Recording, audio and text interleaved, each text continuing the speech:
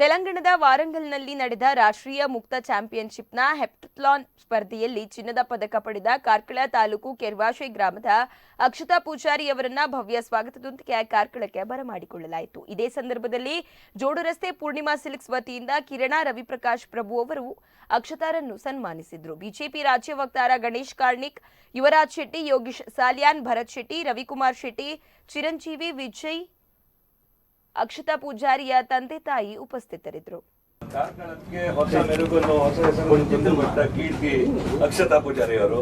ಈಗಾಗಲೇ ಕಾರ್ಕಳದ ಹೆಸರು ದೇಶದಲ್ಲೇ ಹೆಸರುವಾಸಿಯಾದ ಕಾರ್ಕಳ ಪಡುತಿರುಪತಿಯಿಂದ ಹೆಸರುವಾಸಿಯಾಗಿದೆ.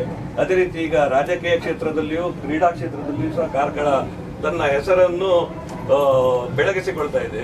ಇಂಥ ಯುವ ಪ್ರತಿಭೆಗಳಿಂದ ಇನ್ನಷ್ಟು ಕಾರ್ಕಳದ ಕೀರ್ತಿ ಪತಾಗಿ ಇನ್ನಷ್ಟು ಹೆಚ್ಚಾಗಲಿ ಹಾಗೂ ಇನ್ನು ಮುಂದಿನ ದಿನಗಳಲ್ಲಿ ಇನ್ನೂ ಹಲವಾರು ಚಿನ್ನದ ಪದಕಗಳನ್ನು ಪಡೆದುಕೊಳ್ಳುವ ಕೀರ್ತಿ ನಿಮ್ಮದಾಗಲಿ ಹಾಗೂ ನಿಮಗೆ ಜನ್ಮ ಕೊಟ್ಟ ನಿಮ್ಮ ತಂದೆ ತಾಯಿಯವರಿಗೂ ಈ ನೋಡೋ ಭಾಗ್ಯ ಯೋಗ ಒದಗಿ ಬಂದಿದೆ.